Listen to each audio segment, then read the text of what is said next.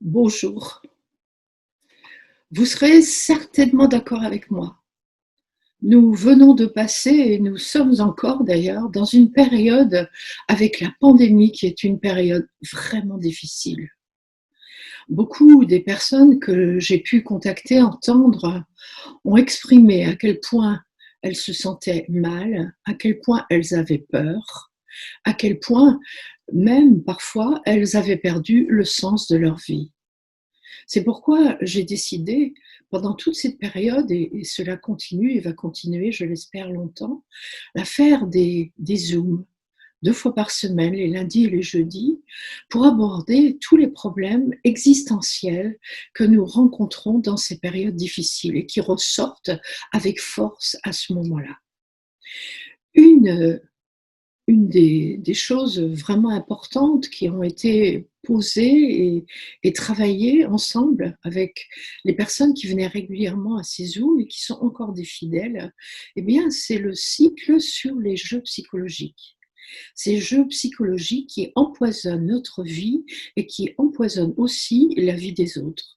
Et ceci depuis très longtemps, depuis notre petite enfance. D'où viennent ces jeux psychologiques? Eh bien, ils viennent de nos conditionnements, justement des croyances que nous avons depuis très longtemps quant à ce que nous pensons de nous, ce que nous pensons des autres ou ce que nous pensons du monde. Et même si ce que nous pensons et ce que nous croyons nous rend malheureux. Et pour entretenir ces croyances qui, d'une certaine façon, nous rassurent étrangement, eh bien, nous vivons à travers les jeux psychologiques qui occupent au moins 60 à 80 de notre temps, et ce, toute l'année. Donc, si quelque chose occupe notre temps, 80 de notre temps, cela vaut peut-être la peine d'aller y regarder de plus près et de comprendre à quel jeu nous jouons. Quels sont les rôles favoris dans lesquels nous entrons quand nous entrons en relation avec les autres? Il y a 3 rôles. Il y a le rôle de victime, la victime qui pense qu'elle est impuissante et qu'elle ne peut rien pour changer les choses et que de toute façon, ce n'est pas de sa faute, ce qui lui arrive. Il y a le rôle du sauveur qui se sent exister uniquement lorsqu'il est indispensable et qui cherche à être indispensable. Et puis le rôle du persécuteur qui a besoin de pointer les défauts des autres, qui a besoin aussi, qui croit qu'il peut les aider à s'améliorer, ce qui lui permet, lui, de se sentir au-dessus, c'est-à-dire de lutter contre son sentiment d'infériorité qui est enfoui tout au fond de lui. Ces rôles sont bien sûr interchangeables et nous rentrons dans une porte pour sortir dans une autre porte. Mais il est très important pour chacun d'entre nous de savoir comment ça fonctionne en nous et avec les autres. Parce que ces jeux psychologiques sont à l'origine de tellement de souffrances et de difficultés quotidiennes dans tous les aspects de notre vie. Alors accompagnez-nous pas à pas dans la découverte de ces rôles. À quoi ils ressemblent? Quels sont leurs noms? Avec des histoires, avec des témoignages que vont nous donner les participants à ces différents Zooms, ce qui vous permettra vraiment de vous les approprier et de bien comprendre aussi comment ça résonne pour vous et comment vous retrouvez ces différents jeux dans votre vie. Il y a un moment donné où France de Boissanti, notre spécialiste de l'énéagramme pour les amateurs et les fans, fait une intervention sur comment les énéatypes utilisent ces jeux, pratiquent ces jeux et qu'est-ce qu'ils pourraient faire chacun pour s'améliorer. En sachant qu'il n'y a que 9 types d'êtres humains et que nous appartenons tous à l'un de ces types, c'est aussi un éclairage intéressant. Alors, je vous propose de suivre cette aventure et de nous retrouver peut-être après dans d'autres Zooms sur d'autres thèmes parce qu'il y en a beaucoup. Et j'ai eu beaucoup de plaisir en tout cas à partager tout cela avec tous et j'aurai du plaisir à le partager avec vous. Merci, au revoir.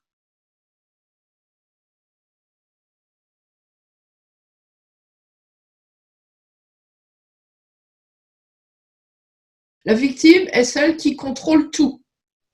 C'est elle qui est la plus dangereuse. Et c'est elle qui a le plus grand des pouvoirs. Parce que s'il n'y avait pas de victime, il n'y aurait pas de sauveur, il n'y aurait pas de persécuteur. Donc la victime, elle est vraiment l'indispensable du jeu. Et c'est aussi celle qui a le plus de mal à en sortir. Parce qu'il est extrêmement intéressant d'être victime dans la réalité. Pourquoi? Pourquoi c'est intéressant d'être victime d'après vous? Quel est l'intérêt? Si on n'avait pas d'intérêt, on ne jouerait pas. Par exemple. Pourquoi c'est bien? Ouais. Qu'on attire l'attention des autres, en fait. Oui, ah ben c'est sûr, ça a ça comme effet. C'est pas la seule raison, mais effectivement, ça a comme effet que ça attire l'attention des autres. Pas forcément celle qu'on voudrait, mais ça marche. Oui, Jean-Claude. Ça donne le pouvoir. Oui, ah ben ça donne le pouvoir, incontestablement. Si un jour vous traversez le désert avec des chameaux, s'il y a un chameau qui est blessé, vous verrez que toute la caravane ira au rythme du chameau blessé. Et c'est pas possible de faire autrement. Ça donne, c'est le rythme à tout. Oui. Mais pourquoi est-ce qu'on a un statut pareil qui nous rend malheureux finalement et qui rend malheureux tout le monde? Marie. Ça permet de déposer chez l'autre les plaintes. Ah oui, ça permet de déposer chez l'autre les plaintes. Oui, ça c'est bien. Il faut bien trouver quelqu'un quand même avec qui on exprime son mécontentement. C'est sûr. Et en même temps, c'est quoi la vraie raison? Ce qui est tellement important pour les personnes qui sont victimes. Ouais, Françoise? Ça enlève la responsabilité, ça déresponsabilise. Voilà, c'est le grand truc.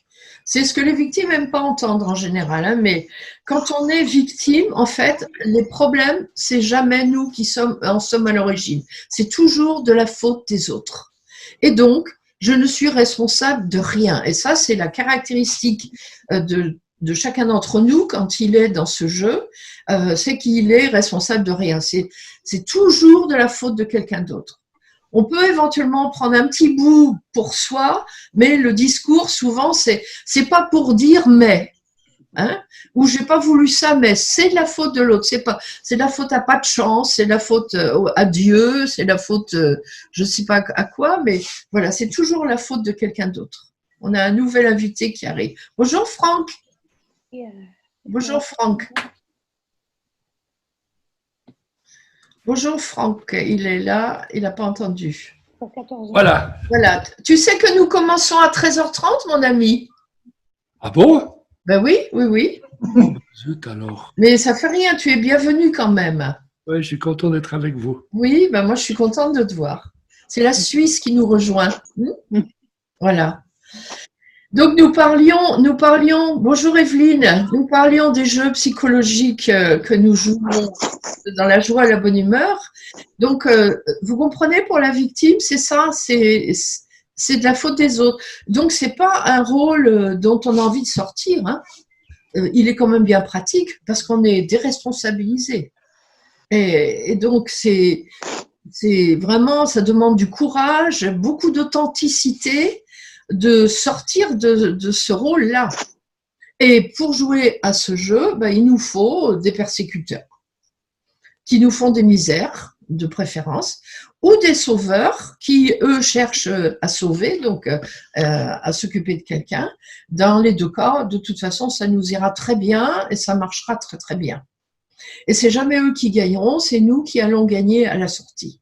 Donc, il y a toujours un sauveur qui traîne ou un persécuteur qui va nous voir qu'on a mis l'hameçon et qui va accrocher à l'hameçon. Voilà. Donc là, je ne vais pas vous dire aujourd'hui les jeux. La prochaine fois, je vous raconterai différents jeux. Je vais essayer de trouver, je ne vais pas essayer, je vais trouver des jeux qui sont dans des domaines différents.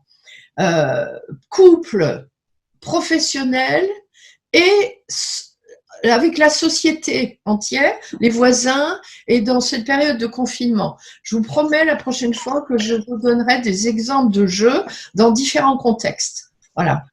Donc, sachez simplement que la victime, c'est ça. Le persécuteur, lui, il persécute. Qu'est-ce qu'il fait? La victime, elle se plaint, et le persécuteur, il pointe les défauts des autres. Et quel est son intérêt à lui? Pourquoi on persécute? Quel est l'intérêt de persécuter? Ah, Franck. Oui. Pendant ce temps, on ne regarde pas vers lui. Ah, ça c'est sûr. Pour l'instant, on regarde pas. Enfin, il croit qu'on ne regarde pas vers lui. Il croit.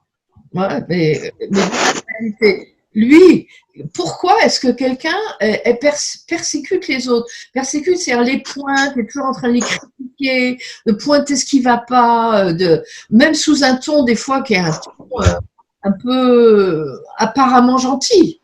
Hein, on peut être persécuteur, mais avec des mots très gentils apparemment, suaves comme ça, au point que l'autre, il a envie de nous trucider. Hein. Oui.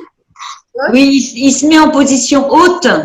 C'est ça. Il domine l'affaire. C'est ça. Quand on est persécuteur, en fait, de pointer les défauts des autres, c'est qu'on se sent au-dessus.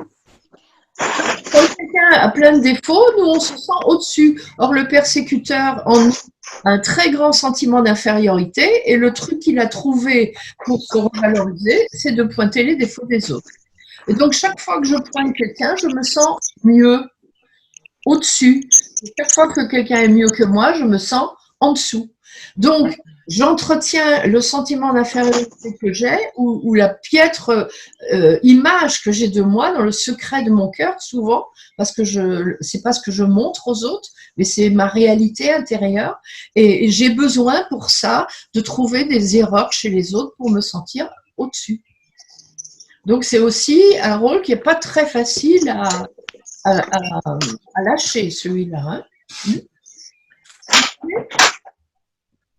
Voilà, mais ne vous désespérez pas, Agathe. Hein, non, non, non. Et ensuite, le sauveur. Quel est l'intérêt pour le sauveur? Pourquoi est-ce qu'on peut sauver la planète?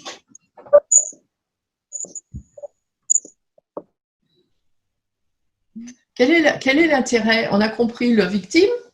Il est responsable de rien. Le persécuteur, comme ça, il sent mieux parce qu'il y a plein de gens qui sont vraiment pas terribles. Et le sauveur, lui, quel est son intérêt? Il en a un, autrement, on ne jouerait pas au sauveur s'il n'y a pas d'intérêt. Reconnaissance. Oui, Franck, tu veux dire quelque chose? Il se valorise? Il se valorise? Oui, bien sûr. Mais c'est bien plus que ça encore. Tu sais, on en est presque, dans les 3 jeux, on en est presque dans une question de survie par rapport à nous-mêmes. Ça peut aller jusque-là. Et donc, le sauveur, lui, il a reçu un message qui est très fort aussi dans son enfance. Et quand il est sauveur, en fait, il a l'impression que s'il n'est pas indispensable, il ne mérite même pas d'exister. Le sauveur, tu vois, je n'existe, ma vie n'a de valeur que si je suis indispensable à quelqu'un. Et donc, il va trouver toutes les solutions possibles pour être indispensable à d'autres. Je pense qu'on a des gens qui arrivent à 2h alors que c'était à 13h30. Voilà. Oui, mais c'était marqué. Ouais. Au moment où on va pratiquement s'arrêter. Voilà, vous comprenez l'idée? C'est 14h. Ouais, j'ai pas noté que ça avait été déplacé. Bah, la prochaine fois, vous le saurez. Là, il y a Michel que je ne vois pas, qui arrive certainement.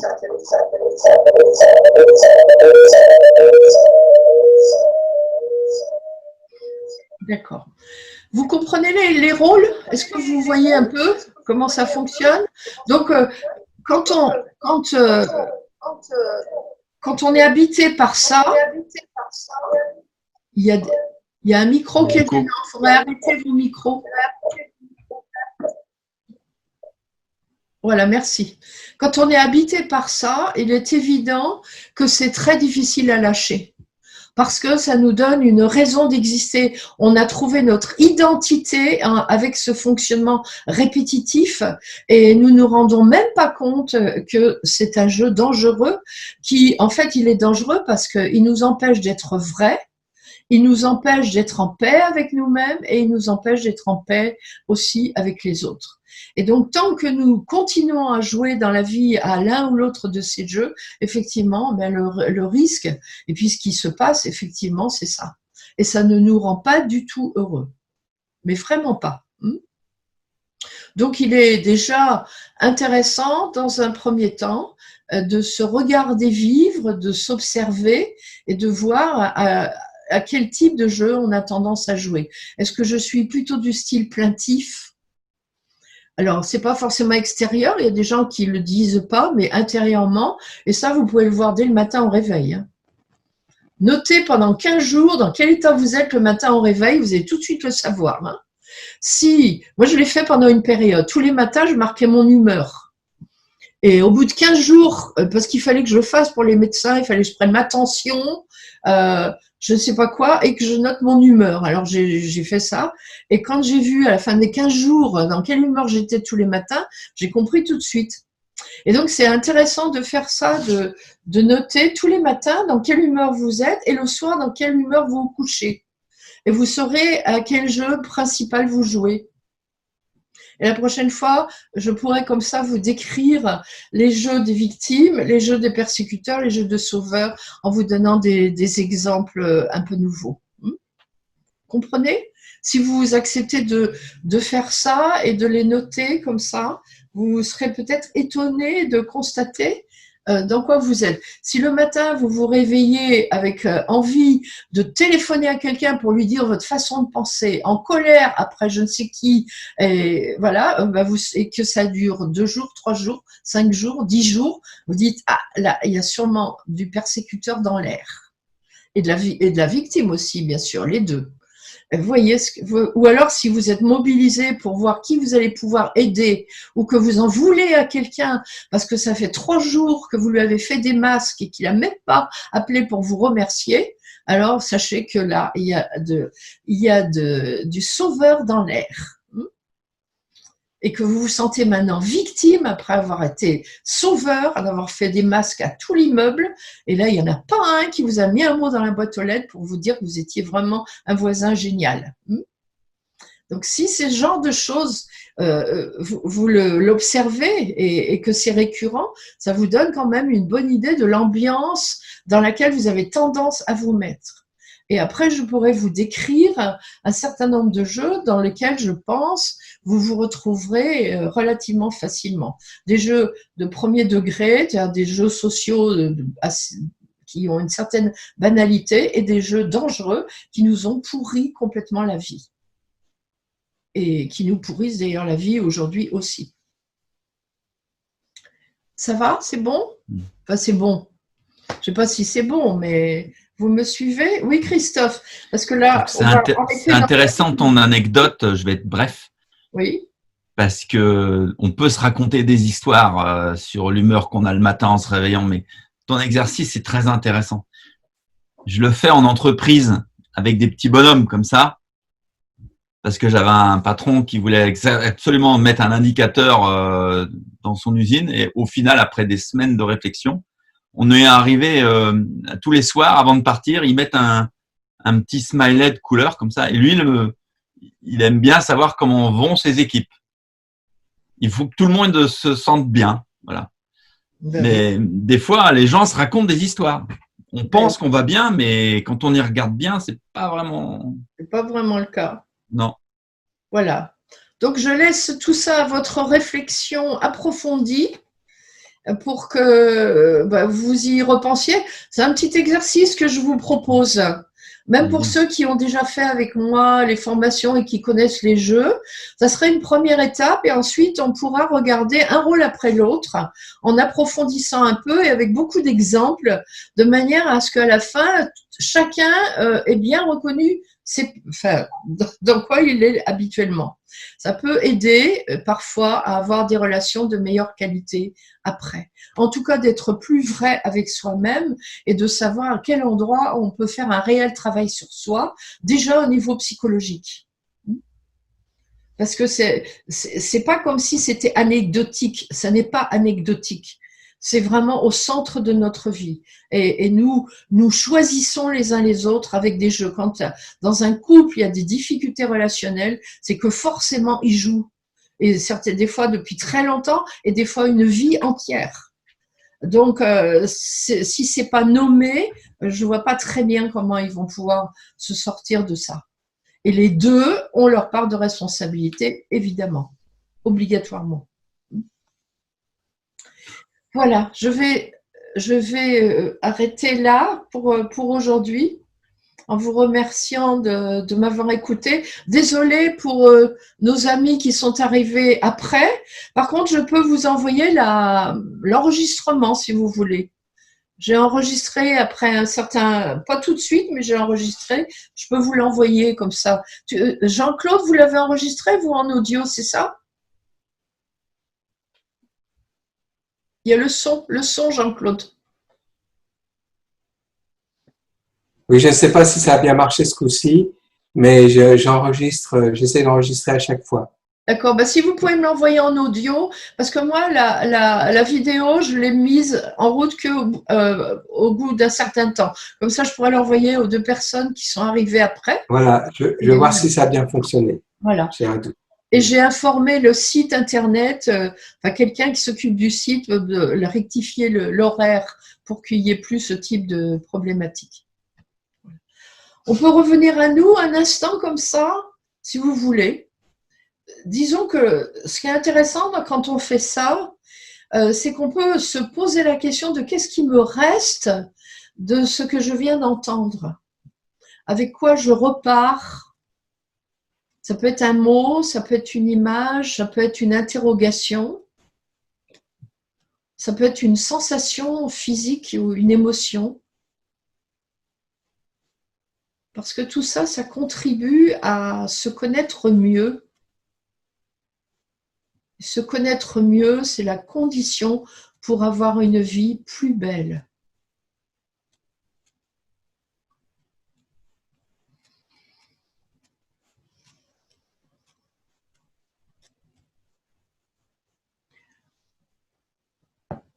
Merci mes amis. J'étais vraiment contente de vous voir et je serai contente de vous revoir. Et donc la prochaine fois, vous préférez qu'on commence par qui? Les victimes, les sauveurs ou les persécuteurs? Michel, allez Michel. Elle, on t'entend pas. Victime. Oui. Qui a dit victime? Moi. Allez, victime, c'est bon, adjugé. La prochaine fois, nous serons entre victimes. Merci beaucoup. Au revoir. Merci, Colline. Bye bye. À bientôt. Colline. Bonne journée. Merci.